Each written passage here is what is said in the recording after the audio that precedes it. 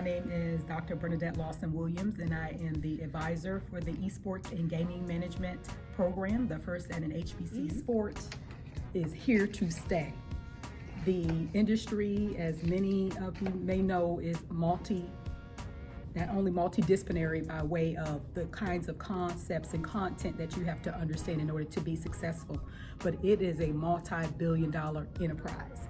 And I would actually argue that esports athletes are just as much as athletes as the traditional sports.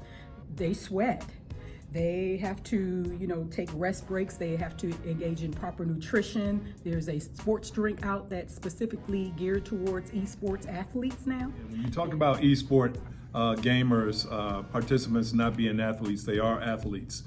They suffer carpal tunnel syndrome, they can suffer eyesight issues, they can suffer dehydration and mental fatigue.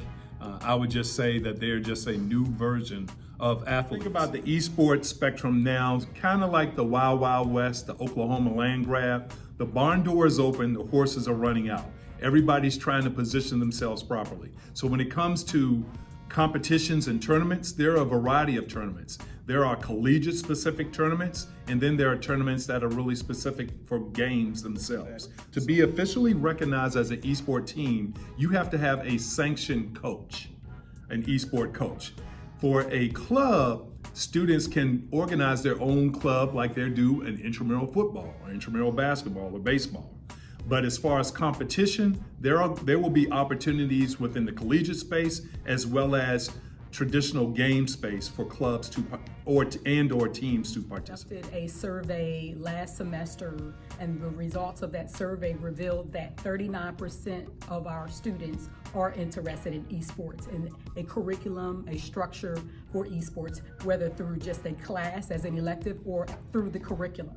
So we feel very confident that we have students on this campus who are interested. I just received a tweet this morning for a former graduate who actually is excited about the fact that not only are we offering the first esports and gaming curriculum at an HBCU, but we're also offering a certificate program for professionals who are not maybe in school as students at JCSU, but who would like to still gain the content regarding the industry. Colleges and universities are in the business of esports because it will benefit the university by revenue, which is driving additional students, as well as attracting the best faculty and opportunities for their institution.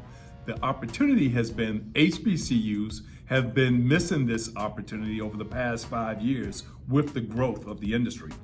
In the PWI space, which is primarily white institutions, there are over 200 universities that offer an e-team or an e-club where they can play games. There are over 60 institutions that offer a degree program or certification program, both in class and online.